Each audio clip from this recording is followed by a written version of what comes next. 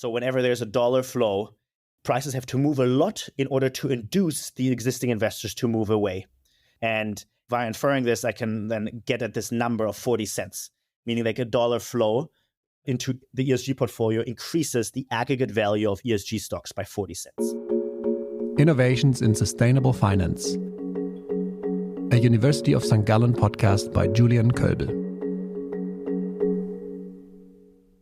Hello and welcome to another episode of Innovations in Sustainable Finance. I'm Julian Kölbel, Assistant Professor of Sustainable Finance at the University of St. Gallen.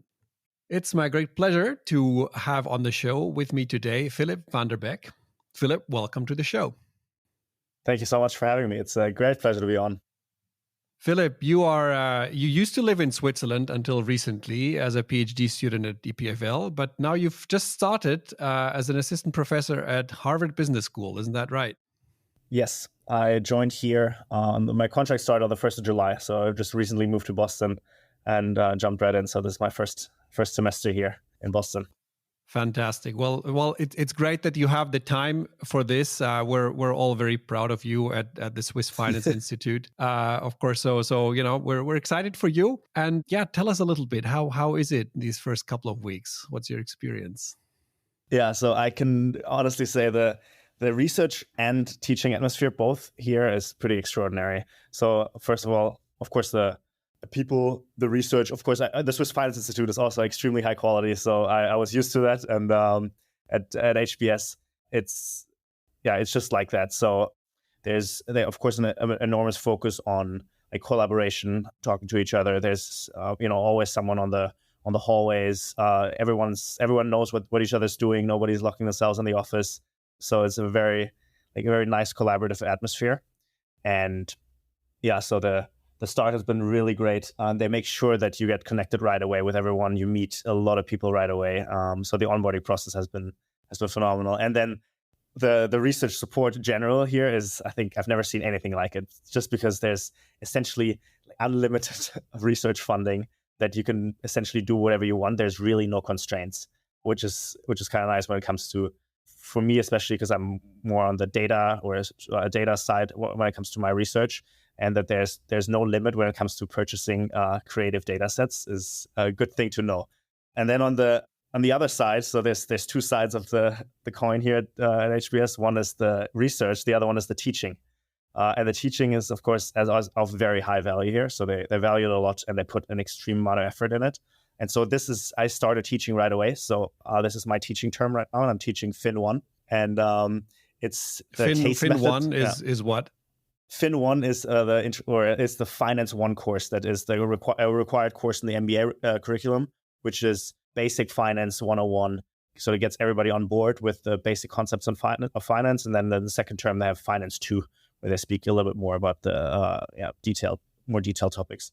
Well, Philippe, I'm so excited for you. That sounds really, really good. And I'm confident that you'll put this freedom and the resources to good use. So congratulations once again. And I would like to talk to you about your paper. And I believe it was your job market paper as well. It's called Flow-Driven ESG Returns. I've become aware of that paper quite a long time ago. And I was instantly thinking that, okay, this is something important that I need to follow. So I followed the various versions of it. So you touch upon a fundamental question in sustainable investing, in my view, and that is, basically, do sustainable investment funds matter, right? Your paper suggests, yes, they do. But I want to give you the word and let you tell us perhaps let's start with what triggered you to think about this topic. Yeah, so I wasn't initially doing research in sustainable finance. So I started out doing research in just the effect that large institutional investors, their demand shocks and the flows that they receive can have on the prices of financial securities. So here, in this case, stocks. And so I was working on that, on the effects of BlackRock, Vanguard, Fidelity, like large institutional investors and the effect that they can have on stock prices. And then at the same time, so I was starting to work on that in like 2018. And then that was exactly also the time when we saw really high returns on ESG labeled funds and mutual funds and ETFs. And on top of these funds receiving apparently higher returns in the market, you also saw a lot in the news that there's these labeled ESG funds were receiving a lot of inflows. And so that was sort of right in line with my research on like these big demand shocks by big institutional players and the effect that they can have on prices. And I was sort of seeing that connection there and like started investigating to what extent these high returns that these ESG funds had were just driven by like potentially or were connected to the flows that these ESG funds received. So that's kind of how I started out. And then the whole topic was motivated essentially by the question, if you take $1 and you put it into an ESG fund, what is the impact that has on stock prices? So when you take $1, you put it into an ESG fund, that ESG fund buys some ESG stocks. And we can speak later about how I define, ESG, but this is just going to be at a high level. So that ESG fund buys ESG stocks in response to that flow. And so the impact that buying should have in equilibrium should be given by how willing the other investors are to give away the ESG stock to the ESG mutual fund. So the ESG mutual fund is buying these stocks from some existing shareholders, and the impact that buying should have is given by how willing the existing shareholders are to substitute away from that stock. And so I am quantifying in this paper, I'm quantifying essentially the willingness by other non-ESG investors to give away the ESG stocks to the ESG investor. And via that, I can quantify essentially the impact that $1 flow has on stock prices.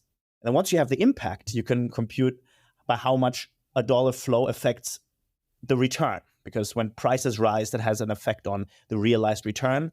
And then you can connect the flows to the realized returns. And I find that the flows have a large impact on the realized returns to ESG investing. And the high returns that ESG funds received were actually primarily driven by this mechanism. So this effect that flows push up prices.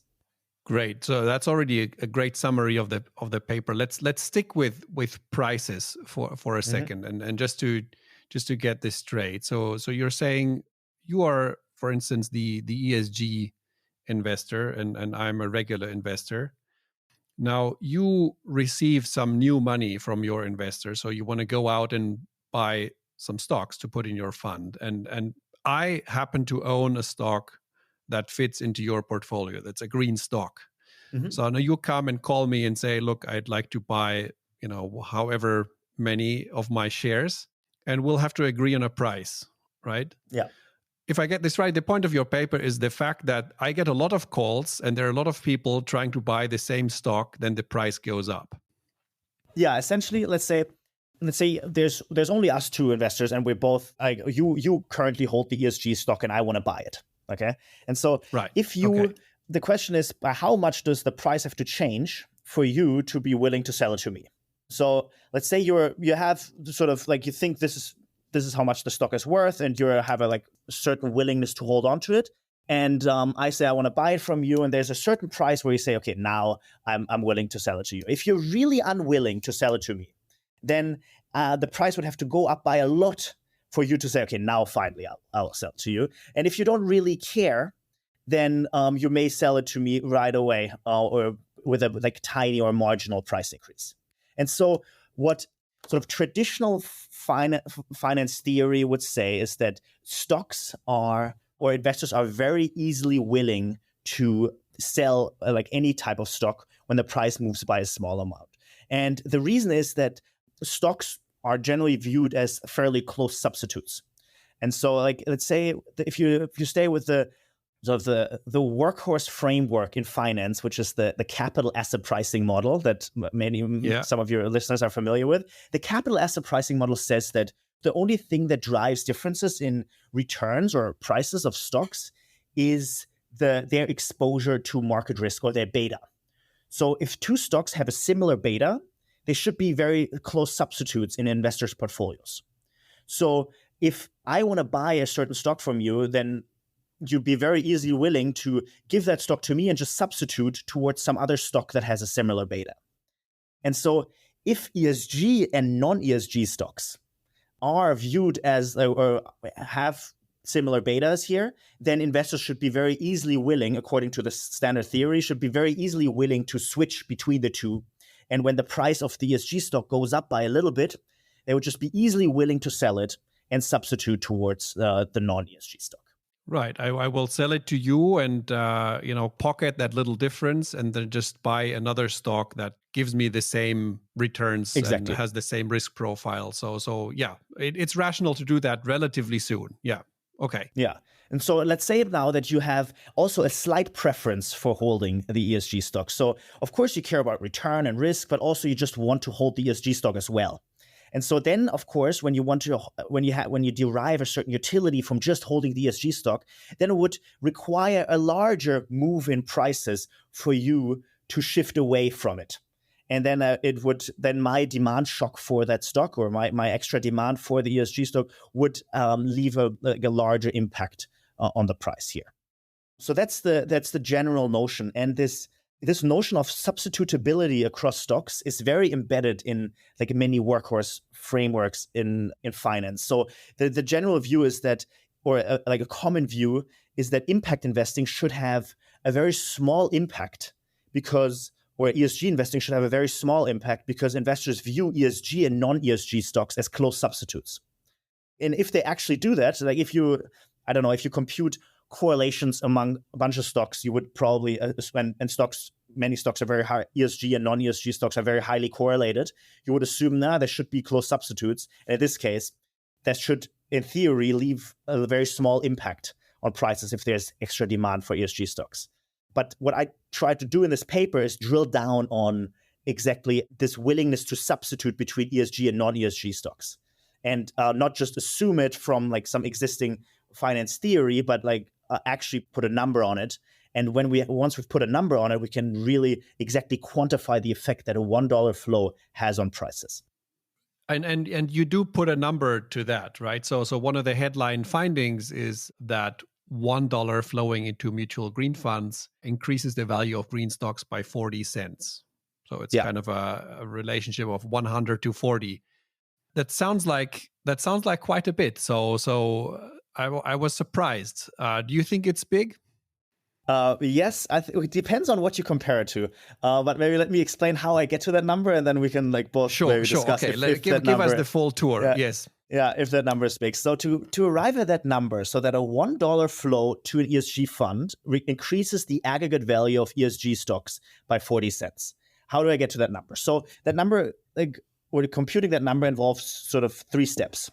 The first step is to get a measure of ESG. So what does it mean? What is an ESG stock? And so we first have to sort of agree on how we define it. Then we have to define flows into ESG stocks and measure those. And then the last thing is we have to compute this willingness to substitute between ESG and non-ESG. So these are the 3 steps. And so first, let's set the stage, sort of what is ESG, at least in this paper? How do I define ESG? Now, there's many notions of what an ESG stock is, and we have very different perceptions of what we perceive what we perceive as a good company. Especially when it comes to the social and governance dimension, there may be a lot of disagreement of investors on what they think is a socially good company. And so I want to take a more objective approach in this paper and not use some off-the-shelf ESG score where the results of the paper may very heavily depend on the type of provider I use, but I will try to measure ESG based on what labeled ESG investors actually hold. So I will what I'm constructing is I am taking all labeled ESG funds in the US and I am computing the aggregate portfolio that they hold. Because they have to file their holdings with the SEC, I can construct essentially their portfolio weight in every stock. And then I can compare that to the portfolio that is held by other mutual funds, so by all non-ESG funds. And so the difference in the 2 portfolios is essentially a measure of ESG. So there's some stocks in the ESG portfolio that are overweighted relative to the market portfolio or other investors' portfolios, and those will be ESG stocks, and the ones that are underweighted will be non-ESG. And so this measure is very close to other objective, maybe sustainability indicators. For example, ESG funds overweight stocks with low CO2 emissions or solar energy companies, and they underweight stocks in the mining industry, fossil fuel stocks, and sin stocks. So you basically follow the money in terms of or let me say, it's a revealed preference that you look at, the stocks that ESG funds actually do invest in excess of what a regular fund would do. Right. Exactly. The technical term would be it's a revealed preference measure. So you look at what ESG investors actually do, like where they actually put their money, and I will label that as perceived ESG. And that may not necessarily be true ESG, right? But it is because investors may just be fooled by the ratings that they follow, and maybe the key to a planet that is still inhabitable in 100 years is not divesting from fossil fuels. Who knows? But so this measure is just capturing what investors perceive to be, and right now investors perceive to be that fossil fuel stocks are bad, and so that's why they underweight it, and that's the measure that I use. Yeah, well, at least they put some money behind that, so I think in that sense it's a credible measure. Yeah, so that's the first part. So now we've identified what I've defined ESG and non-ESG. And now, since we have this ESG portfolio, which is the portfolio that is held by labeled ESG funds, we have to compute the flows into it. So the easy way to do it would be just to take all the flows that flow to these labeled ESG funds.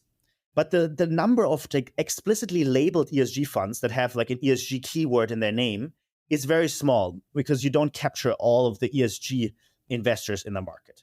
So there may be some large pension funds that have a division that starts tilting towards ESG. So they hold, 50% of their assets in the market portfolio, and then the other 50 in an ESG tilted portfolio. But you don't observe that. That's not a labeled ESG fund. And so there's a bunch of funds that you cannot capture that way. And so what I do is I essentially look at the holdings of all institutional investors, so not just labeled ESG funds, but other investment advisors, pension funds, insurance companies, banks, and compute the share of their portfolio that they hold in ESG stocks. And from that, I derive a more comprehensive, aggregate measure of flows into this ESG portfolio. So in this case, how do you know which one is a flow into ESG and which one is just a flow into a regular investor's pocket? Yeah, so essentially let's say we take a large pension fund, and we could compute the portfolio that pension fund holds. We can decompose that portfolio into different, say, managed portfolios. Mm-hmm. Via a simple regression, we can take their portfolio weights and we can decompose them into how much they hold in the market portfolio, how much they hold in a tech-weighted portfolio, how much they hold in other pharma French five-factor portfolios, and then how much they hold in the ESG portfolio, controlling for their tilts towards other characteristics managed portfolios. Oh, I see. So you basically establish to what extent this particular institutional investor's portfolio is an ESG portfolio. Yeah, exactly. Okay. And so, for example, BlackRock used to just hold the market portfolio essentially in 2012. So 100% of their assets were just in the market-weighted portfolio. Now, in 2020, I think 15% of their assets are in the ESG portfolio and 85% in the market portfolio. So they don't perfectly hold the market portfolio anymore. By dropping some funds, some stocks out of different funds, their aggregate portfolio that BlackRock holds is not perfectly in the market portfolio anymore. It is partly tilted towards the ESG portfolio. And so I was giving a talk at BlackRock on this, and they were surprised to see that I was able to identify this tilt from their quarterly holdings, that they're not holding the market portfolio anymore, but they have this approximately 15%. The numbers are rough, but approximately 15% just tilted in this ESG portfolio. And so you could do that for all investors and get a very an aggregate measure of ESG flows, and that is around 2 trillion. So the cumulative flows into the ESG portfolio amount to, from 2015 to 2020 or 2010 to 2020, around to $2 trillion. So I should think of that as flows, as in new money that enters the market. Is that correct? Or could it be reallocated from elsewhere as well?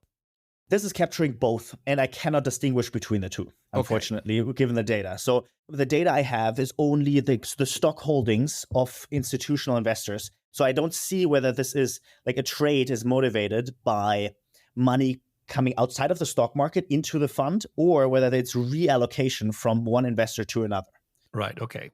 So it's just everything will be cross-sectional. So any capture net in and outflows into the stock market, a $1 ESG flow will be a $1 outflow out of the aggregate market portfolio here. So that's $2 trillion we're flowing into the ESG portfolio coming out of the market portfolio. So it's been just a cross-sectional reallocation of money. The logic being that if it hadn't gone into the ESG portfolio, it would have gone into the aggregate market portfolio. Exactly. Okay. So that, the aggregate effect that, for example, if there's just money outside flowing into ESG funds, that would have an effect on ESG stocks and on all stocks and on the aggregate market. And so I'm just muting that effect on the aggregate market, only looking at the relative effects of ESG versus non-ESG. All right. Yeah, so that is the second step. So we have the ESG measure, we have the flows, and now it's the third part is what impact do the flows leave on prices? Let me just interrupt you very quickly. So it did take you quite some time to do all this. Is that fair to say? Yeah. So it's 3 major steps, and that's also why the paper is quite long and not the easiest to sell because there's very many parts that can be attacked. Yeah. Because it's not just one idea. It's 3 things that go into it. Okay. Well, at least it's worth listening to this podcast because this will probably be faster than reading the whole thing. I hope. Yeah, true. Yeah, so okay, if I hurry up with a third stage. Sorry. So you were on to step 3. Yes, I'll let you report on it. Step 3 is, okay, we have our ESG measure, we have the flows. Now the question is, how much do the flows affect prices? So for that, we need a measure of how willing the existing shareholders of ESG companies are to substitute away from ESG stocks. So whenever an ESG fund is buying, you have to convince the other shareholders to sell it. And the question is, by how much do prices have to move to convince them to sell it? One way would be just to take a certain number that would be spat out by an existing model. And most existing asset pricing models would spit out a number that is close to 0, meaning that you buy an ESG stock and the price moves by pretty close to $0, just because investors are very easily willing to give away the ESG stock. Now, how do I'm not just taking a number from existing model. I'm trying to compute that number from what investors actually do. So what I do is I look at how willing investors are to trade different stocks by looking at how their portfolios change over time. And so let's take a simple example. Investor holds 100 shares of Apple, which is a very green company, in one quarter, and 120 shares in the next quarter. And so what I can compute is every quarter I can compute every investor's quarterly trade in a stock. And I can see how much their trades respond to changes in prices. And so you would assume that, for example, if the price of Apple goes up by a lot and we're controlling for, let's say, the fundamental value of Apple, then you should see many funds selling a lot of Apple. And so so essentially you can look at how investors trade in relation to how prices move to identify how aggressively they would be rebalancing their portfolio when prices change. And what I find is essentially that investors do not very aggressively rebalance their portfolios when the price of ESG stocks changes. And so what that means, sorry, you had a question? No, I'm just so just trying to make sense of that for myself. So it means that investors are somehow slower to react to price changes than the standard models would suggest. Yeah, so standard models would suggest that prices move by, let's say, 1%, and investors would almost sell their entire holdings, or even establish a huge short position when a price just moves up by 1%, holding everything else constant. But what we see in the data is price moves up by 1%. Not many investors react at all. And so that right now in the academic literature is referred to as inelastic behavior.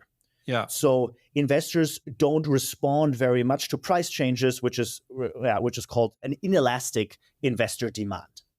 And so what inelastic investor demand implies is that prices have to move a lot in order to induce investors to reallocate their portfolios. So they don't respond to small price changes. So prices have to move a lot for them to start moving. And so that is the reason why ESG investors can have essentially a large impact on prices, because the investors that are currently holding the stocks, they're inelastic. So they're not responding all that much to price changes. So prices have to move a lot for them to rebalance their portfolios and to accommodate the demand from ESG funds. And so that is the underlying intuition, or that's this coefficient essentially, like how willing are they to move when prices change, I'm identifying from their trades. And so now we have the three components together.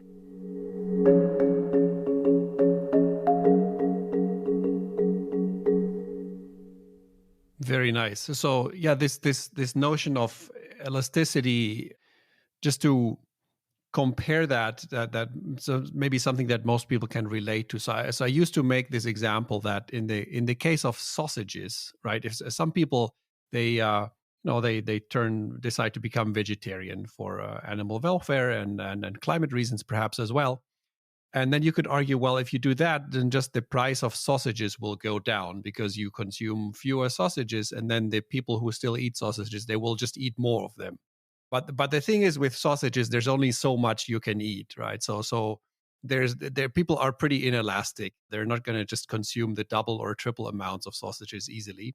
Whereas with stocks, you can think of them as something being very, very elastic, because if there is an underpriced stock on the market, I'll buy from that as much as I can if I think it's underpriced. Isn't that right? So that's kind of where the idea that it's pretty elastic comes from, right? But you show it's not quite as much so as you might suppose. Yeah, so that's there's this sort of old but now recently revived literature in asset pricing that exactly tries to get at what you're talking about. Is that a general notion of demand in finance is that demand is extremely elastic. So as you said, prices move by a little bit, and then deep-pocketed arbitrageurs are quick to step in and just trade against that. And so these deep-pocketed arbitrageurs, in the language that we just established, would be extremely elastic investors. So the price moves by a little bit, and they just establish a very large position that corrects the price. Now, that is the case for, let's say, small price moves at a very high frequency.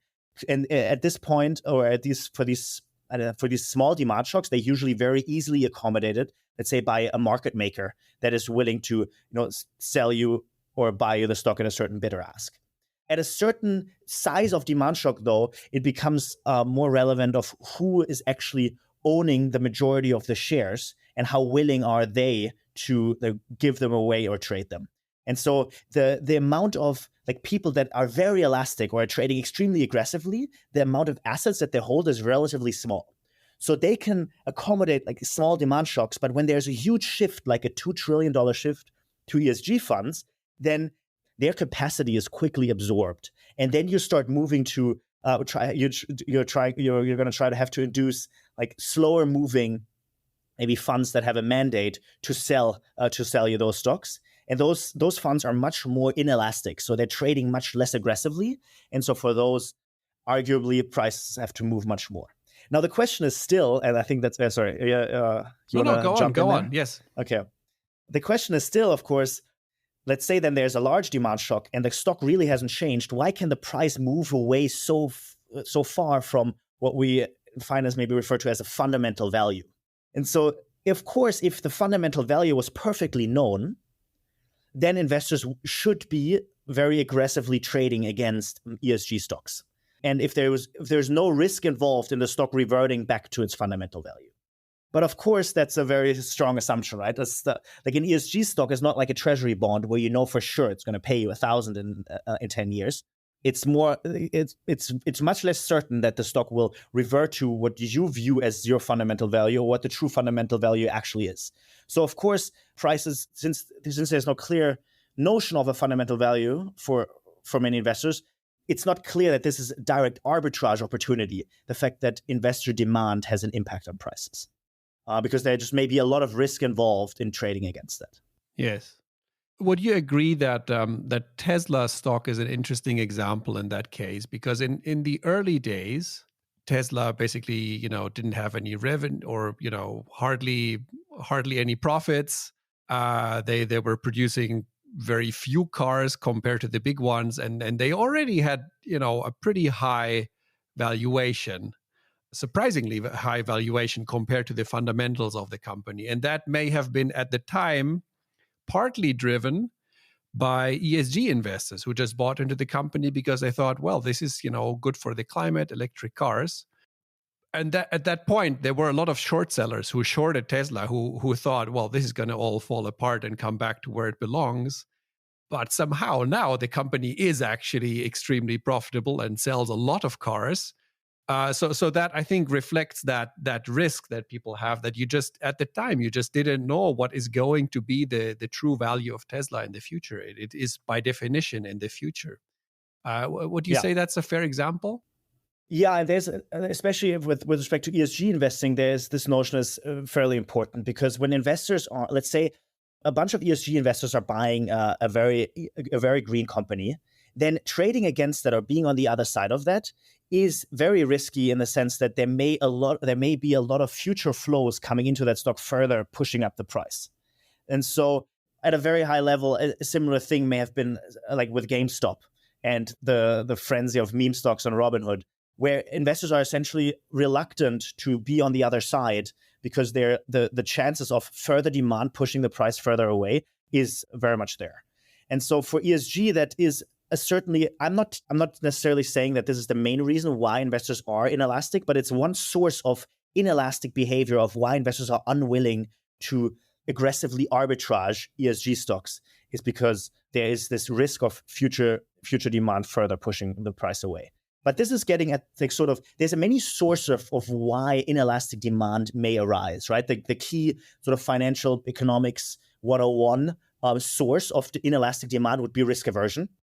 Then another potential one may be trading constraints, mandates. So there's a bunch of different sources of where inelastic behavior may come from. I'm not, in this paper, not taking a stance on why investors are so inelastic with respect to ESG. Just the fact that they are means that ESG flows can have a large impact on prices. Yeah. So whenever there's a dollar flow, prices have to move a lot in order to induce the existing investors to move away.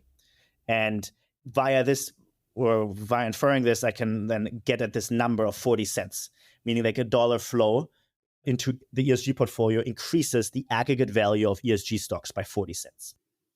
Fantastic. So now I think we've come full circle and how the number comes about. So we can get back to debating whether it's a lot. It seems to me it's quite a bit, because if I interpret this correctly, that means all the inflows into ESG funds in the last decade, let me say, which is in the trillions, divide that by, take 40% of that and distribute it across the stocks that they invested in.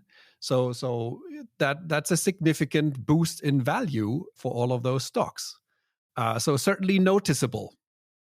And that's exactly one of the applications now. We've established our methodology with the 3 steps. And one application is now to see, look, there seems to be these large flows, and we have our 40 cents impact. Let's put it together and compute the returns that ESG funds would have gotten without this price pressure or demand effect. And what I find is that, first of all, with the demand effect, so these are the actual returns that the funds received, they outperformed the market in the past 6 years. If you take out this effect that flows had via this multiplier effect, then actually ESG funds would have underperformed the market. And so this suggests that if you take into account the effect of this growth of ESG investing, and then ESG investors would actually have to pay in order to invest in line with their preferences. So they would have to give up some returns in order to invest in line with their preferences, because when I take out this flow-driven effect, realized ESG returns are lower than for the market. So there is this kind of puzzle, right? Or for some people, it may not be a puzzle, but why ESG funds had higher returns than non-ESG funds or the market? Because investors should be willing to give up some returns in order to invest in line with their preferences. Or in other words, investors that want to have an impact on the world, they should reduce the cost of capital of good firms, which is the same as saying they should expect lower returns. Right. But really, when we look at the realized returns, they were higher. So that's, in a sense, a puzzle, but it's not a puzzle when you take into account this demand effect. And when you take into account this demand effect, then it suggests that investors that ESG investors had lower returns than the market. And so that's in line with them causing a lower cost of capital for good firms and thereby having this positive impact that they're hoping to have. Yeah, so it is interesting that ESG investors seem to have their cake and eat it too, at least in that period that you studied, right? So, and I think it also implies that, there's a bit of a difference between early ESG investors and late ESG investors, isn't there? So the ones who basically, were at the very beginning and established positions in these stocks profited most, whereas those that came in along the way, they profited less. And the ones that, somehow come at the very end, it's not clear if they benefit from that valuation boost. Yeah.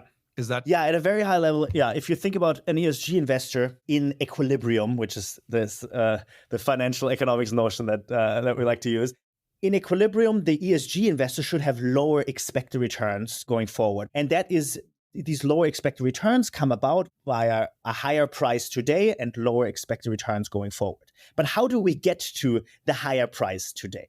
So the higher price today can only come about via an increase in prices, which is a realized return. Yeah. And so, of course, if you think about these different periods, so we have the period of non-ESG investing, and then we have the period where ESG investing is very large. In this transition period where it's growing, you have higher realized returns. And if you're at the beginning of this transition period, the ESG investor has good returns. Of course, if you're entering at the very end of this transition period, you're getting the low expected returns going forward that you're supposed to get because that's what you're trying to achieve. You're trying to lower the cost of capital for these firms. But in the transition period, if you're the early one, you're reaping the benefits of this transition period, which is the high realized returns. So what does that, if we go about the period that you studied in your paper, what does that imply for the future? So what this paper suggests is that since a large portion, or actually more than the largest portion of the outperformance of ESG funds is because of this increase in inflows, this suggests that if we stop the inflows today, then we don't expect ESG funds to continue to outperform. And in fact, if the flows revert, then we expect ESG funds to underperform. So it depends a little bit on your stance on where flows are going to go. So if you're assuming that this ESG trend is not at its peak yet, and there's still some countries where there's a lot of scope for ESG tilts and ESG flows to increase, then there may be continued outperformance of ESG funds for the next, let's say, 5 to 10 years. And then after that, you'd have lower expected returns going forward. So it depends a little bit on where you view flows or where you think flows are going to go. But this kind of way of thinking about it puts a lot of emphasis on the importance of predicting demand shocks by investors and flows. And yes. So I'm working partly with a fund, with a hedge fund that is doing that is trying to predict the flows of different investors and trying to, because they will leave a large impact on prices. And so knowing where flows are going to go is a source of return predictability. Then for the case of sustainable investing, depends a little bit on what you're trying to accomplish. So are you trying to have the highest return possible or the highest impact, or a combination of the two? Yeah, so let's think about that. If you are trying to have the highest impact, what does your study, what would you advise? How would you go about that? Are there certain stocks you might focus on? Or, if you explicitly, and I'm not suggesting this is for everyone, but it's something that I'm interested in, right? If you say, okay, I'm a capitalist, I have money to invest, how would you do that in a way that maximizes the impact that you have, not the return? Yeah. So first, we should establish that this impact is only on prices. So that may not be real impact. So it only so far that's only the impact on the stock price. So you try to maximize. You try to be as impactful as possible via buying the stocks where you have the most impact on prices. Now, setting aside that this may not have an effect on firm behavior at all, but let's just first of all establish. Let's hold that. Let's hold that and discuss that in just a second. Let's hold that. Yeah, we'll discuss that later. But so the first thing is you want to buy the ESG companies where you can have the largest effect on prices. Then what the model suggests is that you should buy those companies that are held by the least elastic investors. So intuitively, you should buy those ESG companies that are held by passive funds. Because for passive funds, or primarily passive funds, they don't like to switch away, or they cannot often legally switch away from the stock because it's in their benchmark.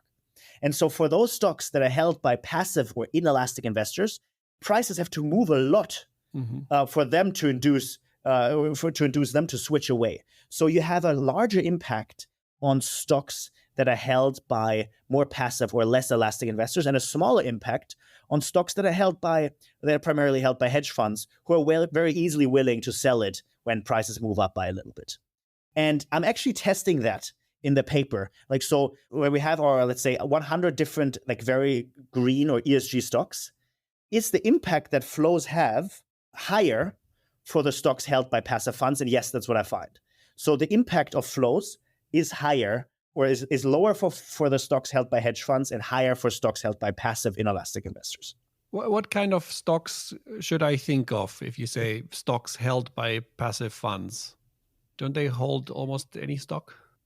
Yeah, so passive funds in this meaning means not a fund that is necessarily just tracks the S&P 500, but a fund that doesn't trade very aggressively. So, for example, holds a valuated portfolio of a subset of stocks. So it may be, it may be an active fund in the sense that it doesn't hold the market portfolio, but it doesn't trade a lot. So prices move, it doesn't adjust, it doesn't rebalance their portfolio all that much. Oh, so basically kind of a buy and hold investors. Essentially, someone who just yes, wants to keep what they have. Yeah. Exactly. Yeah. Okay. So that's where you might go. That's if you want to have the highest impact on prices. If you want to have the highest, if you want to yourself have the highest return, you should buy the stocks that you think are going to have the highest demand shock in the future, or that are going to receive the highest inflows in the future. And pair that with also this notion of course, this impact is going to be larger for the stocks that are held, again, by more passive funds. So but of course, when you want to predict returns, you have to predict the underlying demand component. So you have to predict the flows. But then you should, if you want to maximize your own return, you should buy the stocks that are going to receive a lot of ESG inflows. If I wanted to go about identifying those stocks, is looking at the free float first proxy, or? So looking at the flow, you want to identify the stocks that are going to receive the highest inflows. What I would look at is the ESG funds, explaining the flows to ESG funds. So flows usually, they have a few key determinants, but flows tend to be highly autocorrelated. So a high flow today usually tends to predict high future flows tomorrow. And then looking at the portfolios that the underlying funds hold. So let's say a fund receives a high inflow today, they're likely going to receive further inflows into the future. And then you can look at the portfolio that they hold, and that gives you a good prediction of which stocks they're likely to buy. So if you have a good model for flows, and flows are driven by a bunch of things, and I'm getting into some of the details in the paper. If you can predict flows very well, that gives you an edge. And so, for example, what I find in the paper is that if you have just an ESG keyword in your name, you get 2% higher inflows. So if you see, for example, fund managers changing in the sample period. Yeah. So if you see fund managers changing their name, then likely they're just going to get mechanical, uninformed ESG inflows by investors that are just, feeling good about having an ESG keyword in their fund name. Yeah. So let's get back to I think it's very fair of you to say that this is the impact just on prices, and there is still a way to go from that impact towards some sort of impact in the sense of achieving sustainable development goals. And sadly, I think the UN just reported that progress towards those goals is much slower than hoped for, and there's a long ways to go. So do you have any thoughts to offer on how that might be linked to this impact on share prices and then this real impact? Yeah, I think there's an interesting component now importance for sustainable investing to, improve the world, not maybe directly via the product that the firms are offering, but via investor demand. And so let me sort of explain what I mean is that if let's say firms are the main contributor to climate change or CO2 emissions, and we want to change the behavior of firms. So what would you change in the behavior or how do you best, without maybe too much regulation, change the behavior of the firm, maybe in the most natural way. So there's two ways, and those were in the classical finance notions. Those are the same, which is changing consumer preferences. So if you change consumer preferences and consumers stop buying products with high CO2 emissions, then firms will readjust their production process, and firms that just still offer these high CO2 emission products will die. Now, of course, in a classical finance notion, this consumer demand will be perfectly also reflected in the current share price. So by maximizing current share prices, firms will then behave in the way that we want them to. But if there's a discrepancy between consumer demand and current share prices, then we have to ask, like, what are the firms really targeting, or what are their when they're maximizing share price? Are they maximizing investor preference or consumer preference? So what the paper is just that I have suggested, that it's a lot of investor demand that's driving like valuations and stock prices of companies, and may not be really the demand of the consumer that is consuming the end product. And so if firms are maximizing their current share price, they're essentially catering to the preferences of investors as opposed to consumers. And in an inelastic world, there may be a difference between the two. And so once you start catering to the preferences of investors, there's a lot of new scope for maybe not changing consumer behavior, but changing investor behavior. And so one kind of cool notion about this is that investors are global, right? So investors are able to price the externalities of firms much better than maybe like local consumers. And so via firms maximizing their share price, they can internalize they internalize the externalities much better, because their underlying investor base, it has a global focus, and any investor can buy the shares or be a shareholder in that firm and express their interest or their environmental preference by buying or selling the company, whereas consumers may be local and they can't. And so I think on that end, there's a lot of scope for sustainable investing, because it is like a global policing of firms. Yeah, that's a very interesting thought. In some sense, there's a certain danger of this idea of corporations not really serving customers' interests. But yeah, I think it's important to just to recognize these empirical findings that firms appear to also cater quite a bit to investor preferences, and then carefully think about how that might be a force for the better. I agree with that idea that the global nature of investors has something to add. Also, if you think about regulations being very, very different in different jurisdictions when it comes to, climate change, equality, all kinds of things. So there is a role that investors can certainly play. Yeah, and so of course that depends. Then what we're established so far is that investors tend to have a high impact on the stock prices, regardless, let's say, of consumer preferences. So investor preferences tend to be reflected in, let's say, the cross-section of valuations. Now the question is, does that have an effect on the company's actual behavior? So do they cater to the investor preferences in reality? And so that gets now at the real effects of ESG investing. So far, we looked at the price effects. They tend to be there. Are there real effects? So do companies, when they receive an increase in their share price because of ESG flows, do they actually, for example, issue new shares or invest more? And so I think I haven't looked at it in this paper, but I'm working on stuff in similar directions, is at the real effect of ESG flows. So a $1 flow to an ESG fund raises the prices of ESG stocks by 40 cents. How much investment does this lead to, or does this drive by these ESG companies? So can we establish sort of a real multiplier that is getting at, you put $1 into an ESG fund, it results in this much real investment by good companies. And then we can really target true impact, not only price impact.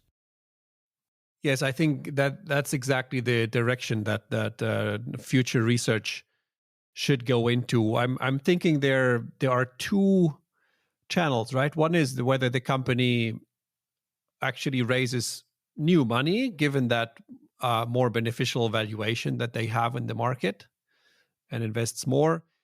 The other channel is whether companies react to that sort of ex ante because they know if they behave in a certain way, the price of their share will go up. Right? That's another channel. And I think, to me, there's a bit the question, are companies aware of that?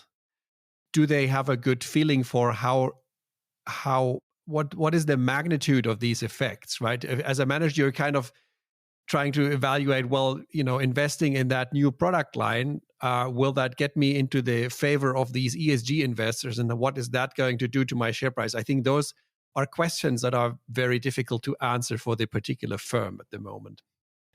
Yeah, especially when it comes to, like, let's say they generate an existing product. Who values that more? The end consumer, who then starts maybe buying the product more. The company will have better sales, and that's why it's reflected in the share price.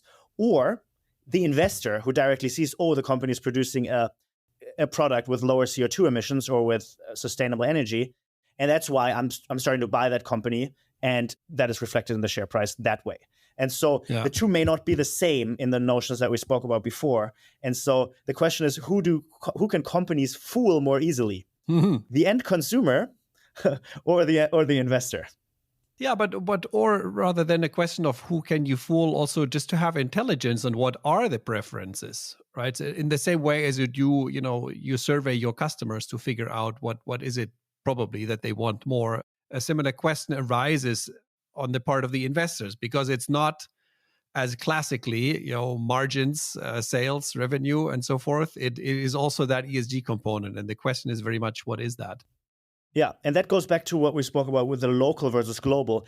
Your consumer preferences may likely not, especially if you're selling locally, may not internalize all the bad externalities that your firm may have on other countries, on global climate, whereas investors are global and maybe anywhere and can incorporate or impound their preferences into share prices. Yeah, even though they don't live in the same area, or they're not purchasing the end product.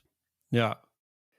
Now, so thank you so much. I think it's a super interesting paper that, just stroke a nerve with me. I think it touches upon one of these really fundamental questions about what this phenomenon of sustainable investing does in the world. And even as you pointed out, it's, for now, it's just the impact on prices. It's very important to carry this further, and a great contribution. So, all the best with the paper.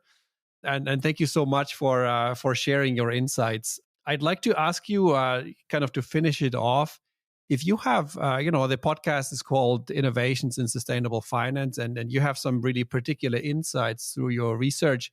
Is there some innovation or change in the space of sustainable finance or investing that you would like to see, that you think would be worth going after? I think maybe two.